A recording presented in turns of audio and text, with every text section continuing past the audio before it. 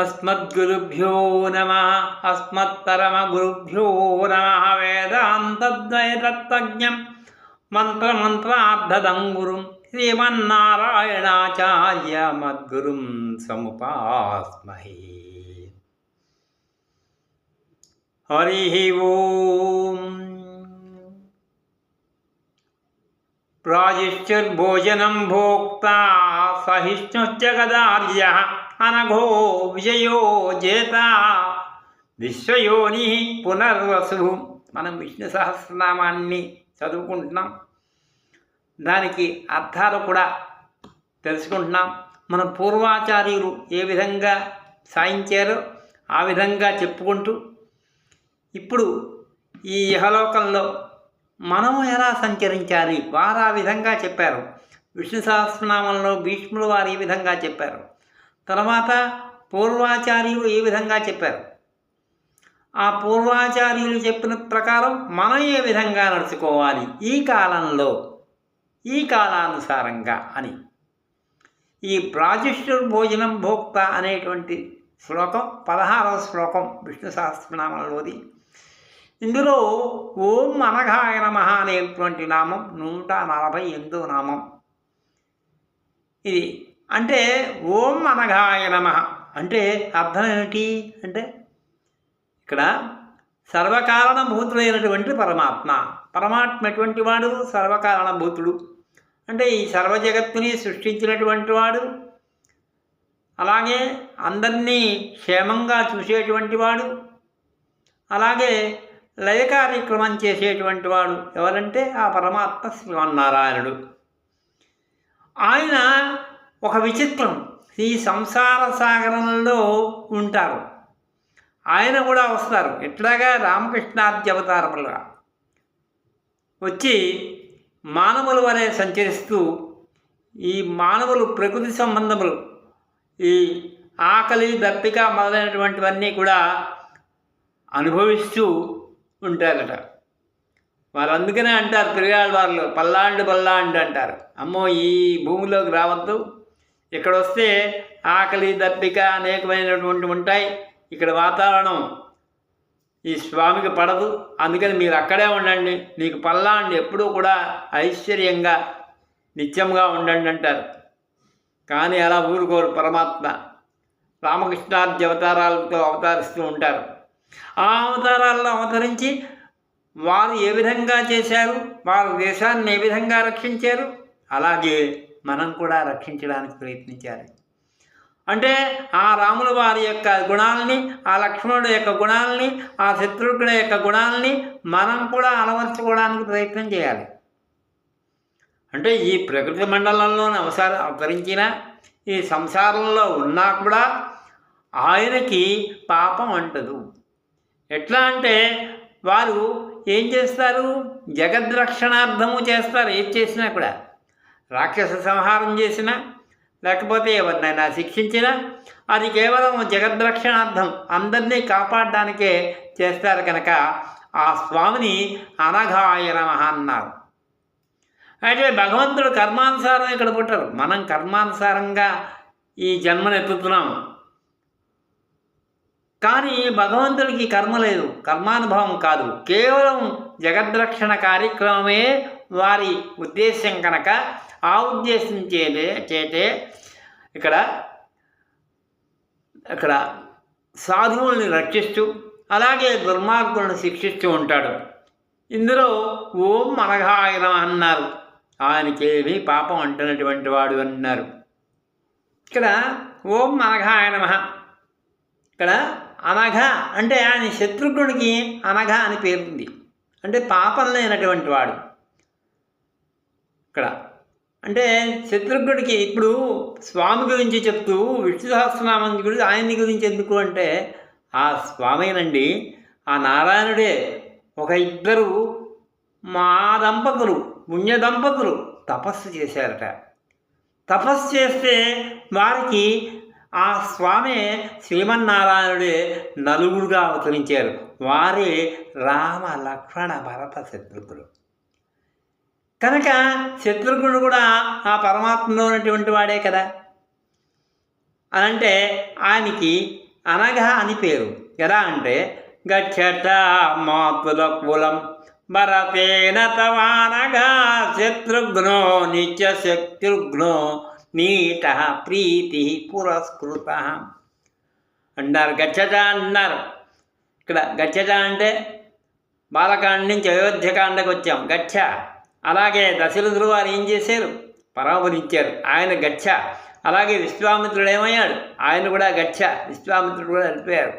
ఇంకా గచ్చ అయోధ్య కూడా వెళ్ళిపోయింది. ఎక్కడ? అయోధ్యకి వెళ్ళిపోయి ఇక్కడ అయోధ్య నుంచి అక్కడ ఉన్నారు. అలాగే గచ్చ రాములు వారు వనవాసానికి వెళ్తున్నారు. అందుకని గచ్చటం అని అయోధ్యకాండని ప్రారంభించి ఏమిటయ్యా ఇక్కడ గచ్చట అంటే ఈ స్వామి చేసిన దాంట్లో ఏ విధమైనటువంటి పాపములు లేవు అది ముందర చెప్పుకుందాం. ఏంటి ఆ పాపములు లేవు అంటే ఈయన ఏం చేశారంటే ఆ తండ్రి మాట విన్నారు. అందరికీ కూడా తండ్రి మాట వినాలి, తల్లిదండ్రుల యొక్క మాట వినాలి. ఎలాగా? శ్రవణ కుమారుడు ఏ విధంగా అయితే తల్లిదండ్రుల యొక్క సేవ చేశాడో ఆ విధంగా తల్లిదండ్రుల యొక్క సేవ చేయాలి అని చెప్పారు. ఇక్కడ రెండోది ఏంటి? ఇక్కడ అయోధ్యలో ఉంటే రాక్షస సంహారం కుదరదని ఏదో ఒక నెపంచేట అక్కడ అరణ్యానికి వెళ్ళడానికి ఒక తావ చూసుకున్నారు. అయోధ్యకాండలో తావ చూసుకొని ఋషులందరినీ కూడా రక్షించారు. ఆ రక్షించడంలో కొంత హింస ఉంటుంది. ఎలాగా? పాపాత్ములైనటువంటి వారు, దేశాన్ని పాడు చేసేటువంటి వారు, దేశద్రోహులు, వాళ్ళందరినీ కూడా సంహరించారు. ఎందుకు? అక్కడ సాధు పురుషుల రక్షణార్థం సంహరించారు. దీనివల్ల ఆ స్వామికి కానీ ఎవరికైనా పాపం ఉంటుందా? ఒక సైనికుడు యుద్ధం చేస్తూ ఉంటే దేశం కోసం యుద్ధం చేస్తూ ఉంటే వాడు ఆ దేశం కోసం అని అనేక మంది శత్రు సైనికులను చంపితే వాడికి శిక్ష ఉంటుందా? కాదు. ఎందుకంటే వాడు చేసింది పాపం కాదు, ఎందరో జనాల్ని రక్షించినటువంటి వాడు కనుక వాడికి అనఘ అన్నారు అటువంటి సైనికుల్ని. అలాగే ఇక్కడ ఎవరు? శత్రుఘ్నుడు కూడా ఒక సైనికుడు లాంటి వాడు, అలాగే దేశాన్ని రక్షించేటువంటి వాడు, అలాగే భరతుడిని రక్షించేటువంటి వాడు. అందుకని ఆయన చేసినటువంటి దాంట్లో ఏ విధమైనటువంటి పాపము ఉండదు. అందుకని అనఘ అన్నారు. పాపం అంటే ఏంటి? ఇక్కడ శత్రుఘ్నో నిత్య శత్రుఘ్నో నీట ప్రీతి పురస్కృత అన్నారు. ఇక్కడ అయోధ్యకాండంలో చెప్పారు. ఇక్కడ నీత ప్రీతి పురస్కృత అన్నట్ట. ఎట్లాగా? నీత తీసుకెళ్ళబడ్డాడు. భరతుడుతో తీసుకెళ్ళిపోయారు. ఎక్కడ? భరతుడు తీసుకెళ్ళడం ఏంటండి? శత్రుఘ్నుడు ఎవరు? సుమిత్రాసుతులు, లక్ష్మణుడు శత్రుఘ్నుడు ఇద్దరు అయితే ఆయన ఏం చేశారంటే రాముడు లక్ష్మణుడు ఇద్దరు ఉన్నారు. ఇద్దరు ఉంటే ఏడుస్తున్నారు ఇటు అటును. వరుసగా పడుకోబెడితే చిన్నప్పుడు అప్పుడు ఏం చేశారు? ఈ లక్ష్మణుని తీసుకెళ్ళి రాముడి పక్కనే, అలాగే ఈ శత్రుఘ్నుని తీసుకెళ్ళి భరతుడి పక్కనే పడుకుంటే అప్పుడు ఊరుకున్నారట. అందుకని ఏంటంటే ఆ సుమిత్రాదేవి ఇచ్చేశారు. ఎవరికి? ఒకరికి భరతుడికేమో శత్రుఘ్నుడిని, అలాగే లక్ష్మణుడిని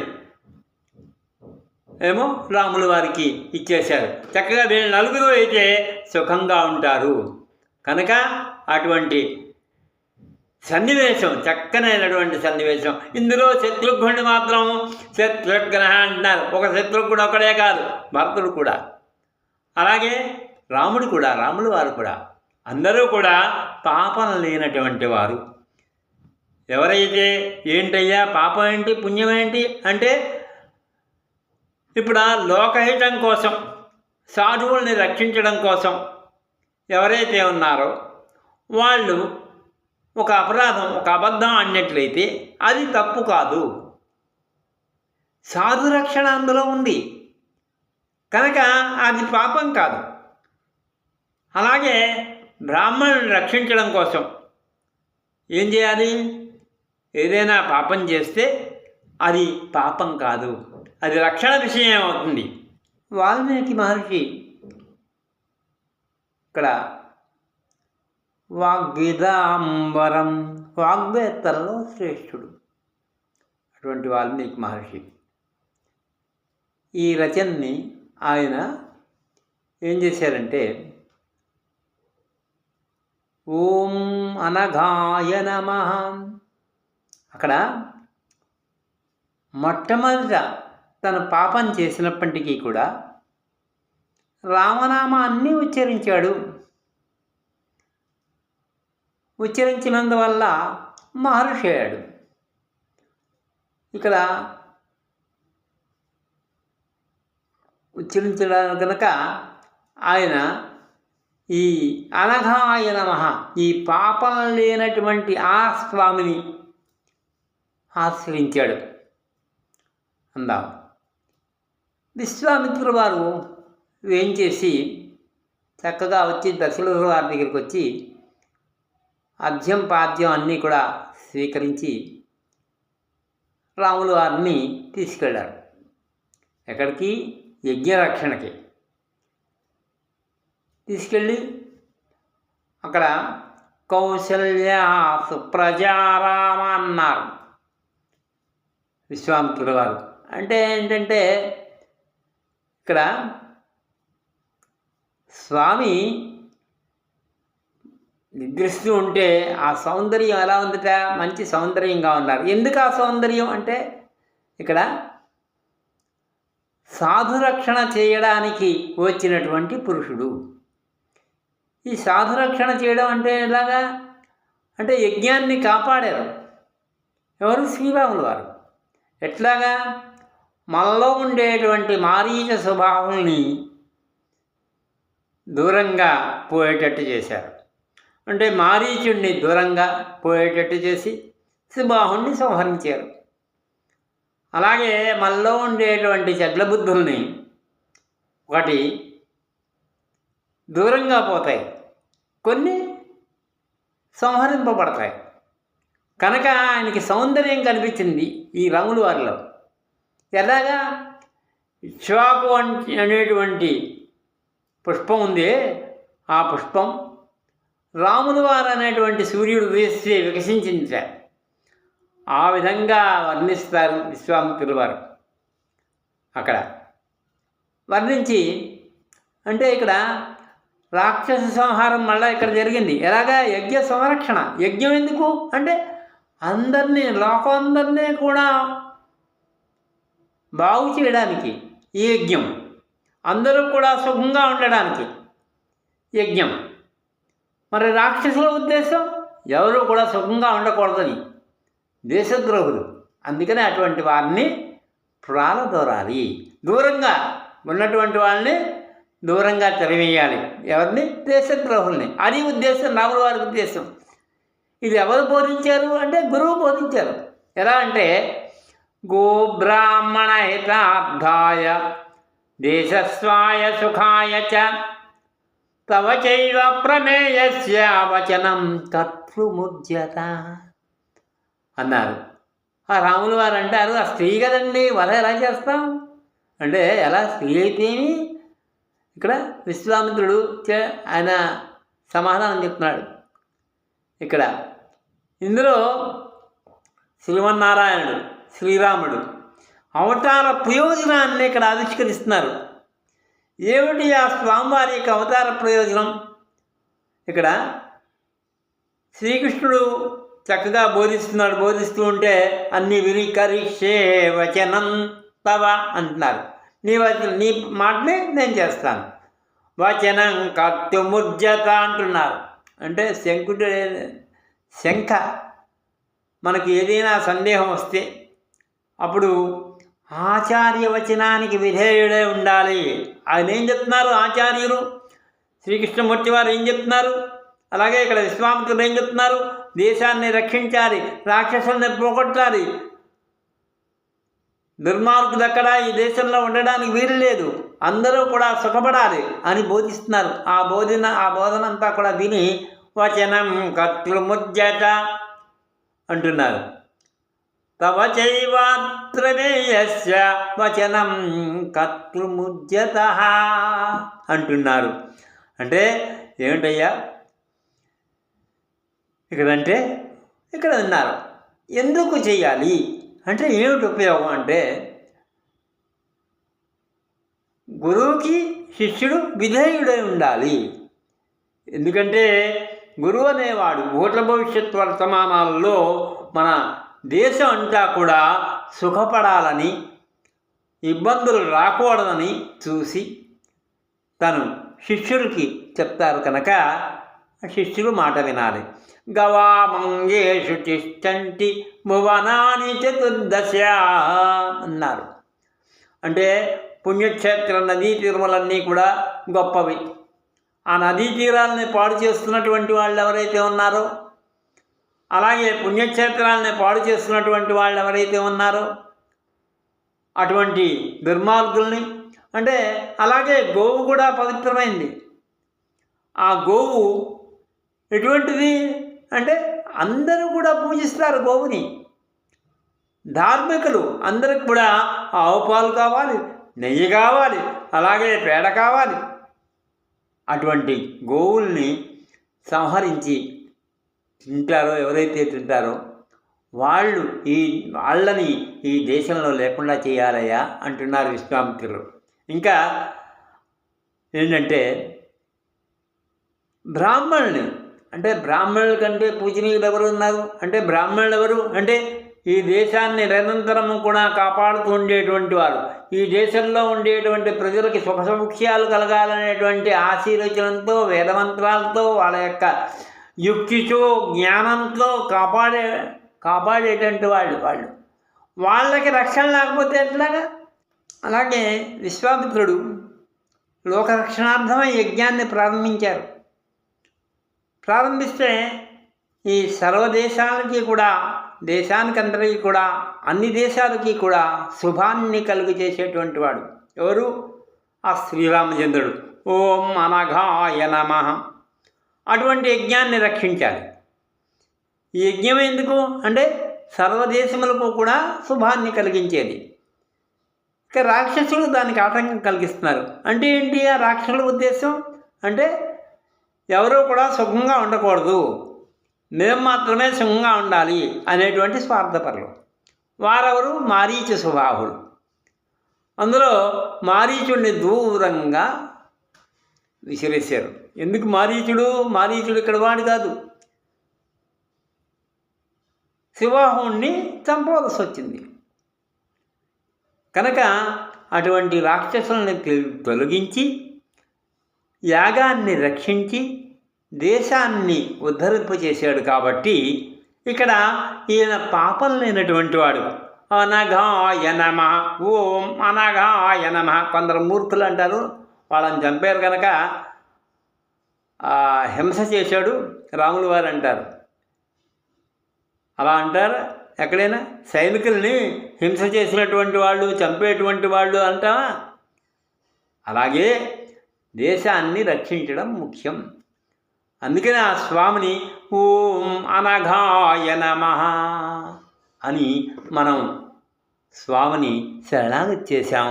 ఇంకా విషయాలు ఏంటంటే, రాములు వారు ఈ విధంగా అంటున్నారు.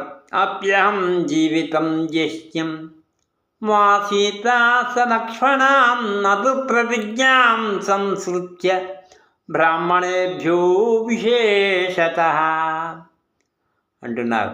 సీతామ్మవారు అంటున్నారు, అరణ్యంలోకి వచ్చారు. అరణ్యంలోకి వచ్చి ఇప్పుడు సప్తవ్యసనాల్లో ఇదొకటి, ఈ రాక్షసులను చంపడం అది వ్యసనం కదా, అలా చంపచ్చా? జీవహింస కదా, మీరు పాపం వస్తుంది కదా ఎవరినైనా చంపితే అని సీతామ్మవారు అంటారు. అంటే ఆవిడికి భయం. ఎందుకంటే అన్నారు, అలా కాదు, ఇక్కడ ఋషులు వచ్చి నన్ను శరణాగతి చేశారు, అలాగే ఉత్తములైనటువంటి బ్రాహ్మణులు నన్ను శరణాగతి చేశారు మమ్మల్ని రక్షించమని. మీరేం చేస్తున్నారు? ఋషుల్ని బాధిస్తున్నారు. యజ్ఞయాగాలు జరగకుండా, దేశానికి హితమైనటువంటి పనులు జరగకుండా అడ్డుపడుతున్నారు.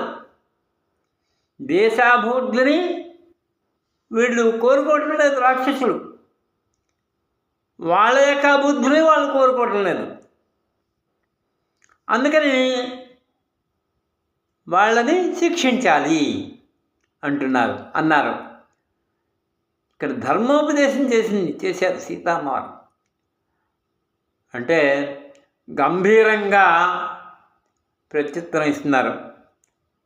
నేను రాజ్యాధికారంలో ఉన్నా సరే లేకపోయినా సరే ఆర్తులై వచ్చిన వారిని నేను అభయం ఇచ్చి రక్షిస్తాను. ఇది నా కర్తవ్యం అంటారు. నాతో ప్రతిజ్ఞాం సంస్కృత్య బ్రాహ్మణేభ్యో విశేషతః అంటున్నారు. నాకు రక్షించగలిగేటువంటి శక్తి ఉంది కనుక నేను రక్షించకుండా ఉండడం అనేది జరగదు. ఇది వ్యసనం కాదు, దేశాన్ని కాపాడడం ఉద్దేశం. అలాగే ఈ బ్రాహ్మణుల్ని, రాక్షసుల్ని, ఋషుల్ని ఎవరైతే ఇబ్బంది పెడుతూ ఉంటారో వాళ్ళని నేను దండిస్తాను అన్నారు. అంతేకాని చంపుతానల్లా, కానీ చంపవలసి వస్తుంది. అయితే ఇంకా సీతమ్మవారి యొక్క ఉద్దేశం అలా చెప్తూ ఉంటే, నేను నా ప్రతిజ్ఞ మాత్రం మానను, నా ప్రతిజ్ఞ నేను మానను. ఎందుకంటే ఇది ప్రతిజ్ఞ, నేను అందరినీ రక్షిస్తాను, సద్బ్రాహ్మణుని రక్షిస్తాను, అలాగే ఈ దేశాన్ని రక్షించేటువంటి వాళ్ళు ఎవరైతే ఉన్నారో వాళ్ళకే ఇబ్బందులు లేకుండా నేను రక్షిస్తాను అని చెప్తున్నారు. ఈ రక్షించడంలో కొంత హింస ఉంటుంది. ఆ హింస పాపం లేనిది, అందుకని మనఘాయ నమః అన్నారు. ఇక ఏంటంటే ఒకవేళ నిన్ను విడవలసి వచ్చినా విడుస్తాను, ఈ రక్షణ కార్యక్రమంలో ఏమన్నా ఇబ్బంది వస్తే. అలాగే లక్ష్మణుడిని వదిలేయవలసి వస్తే వదిలేస్తాను. ఆయన నేను మాత్రం నా ప్రతిజ్ఞ మాత్రం నేను విడవను. ఈ ఋషుల్ని బాధించేటువంటి రాక్షసుల్ని నేను తప్పకుండా దండిస్తాను అన్నారు. నా ముఖ్య కర్తవ్యం. దీనివల్ల ఏం పాపం లేదు. దేశాన్ని రక్షించడం పాపం అంటే ఎట్లాగా? అలాగే అనేక మంది యొక్క ఉత్తముల్ని రక్షించడం అనేటువంటిది పాపం అంటే ఎలాగా? అందులో ఏవో కొన్ని చేయవలసి వస్తుంది, కొందరిని దండించవలసి వస్తుంది. అందుకని ఇందులో పాపం ఏం లేదు. అందుకని మనం శ్రీమన్నారాయణ్ణి అనఘాయ నమః అంటాం. అంటే ఆయన ఏం చేస్తున్నారు? మనలాంటి వాళ్ళందరినీ కూడా కొన్ని ఇబ్బందులు పెడుతున్నారు. ఆయనకి ఇబ్బంది వచ్చింది, ఆయనకే పాపం వస్తుంది అంటే కుదరదు. ఆయన ఇబ్బంది పెడతారు ఆ స్వామి, ఎందుకంటే మనని బాగు చేయడం ఉద్దేశం చేత వారు పెడతారు. అందుకని ఏంటంటే ఓం అనఘాయ నమః, ఓం అనఘాయ నమః అని అంటే పాపమేలినటువంటి వాడు అన్నారు. ఇక్కడ దీంట్లో ఇదే పరోక్షంగా మనకి రామాయణంలో శత్రుఘ్నో నిత్య శత్రుఘ్నో నీత ప్రీతి పురస్కృత గచ్చత మాతుల కులంబరపేన అనఘ అన్నారు. ఇక్కడ అనఘుడు ఎవరు? అనఘాయ నమః అంటే రాముల వారికి వర్తిస్తుంది, భర్తృ వారికి వర్తిస్తుంది, లక్ష్మణుడికి వర్తిస్తుంది, శత్రుఘ్నుడికి కూడా వర్తిస్తుంది. అందుకని శ్రీమన్నారాయణుడికి వర్తించేటువంటి పదం కనుక మనకి ఆ ఋషులు మహానుభావులు చెప్పిన దాన్ని భీష్ములు వారు చెప్పారు. అనఘాయ నమః అని ఆ స్వామికి నామం ఉందని, అటువంటి నామంతో ఓం అనఘాయ నమః మమ్మల్ని రక్షించవయ్యా అని మనం వేడుకుంటున్నాం, శరణాగతి చేశాం. కనుక మనం అందరం కూడా ఆ స్వామివారిని మనస్ఫూర్తిగా శరణాగతి చేస్తూ ఆ తిరుమంత్రాన్ని ఓం నమో నారాయణాయ అనేటువంటి తిరుమంత్రాన్ని అనుసంధించుకుందాం. ఈ విధంగా దీర్ఘ శరణాగతిని మనం అందరం కూడా చేద్దాం. ప్రతిరోజు విష్ణు సహస్రనామాన్ని చదువుకుంటాం.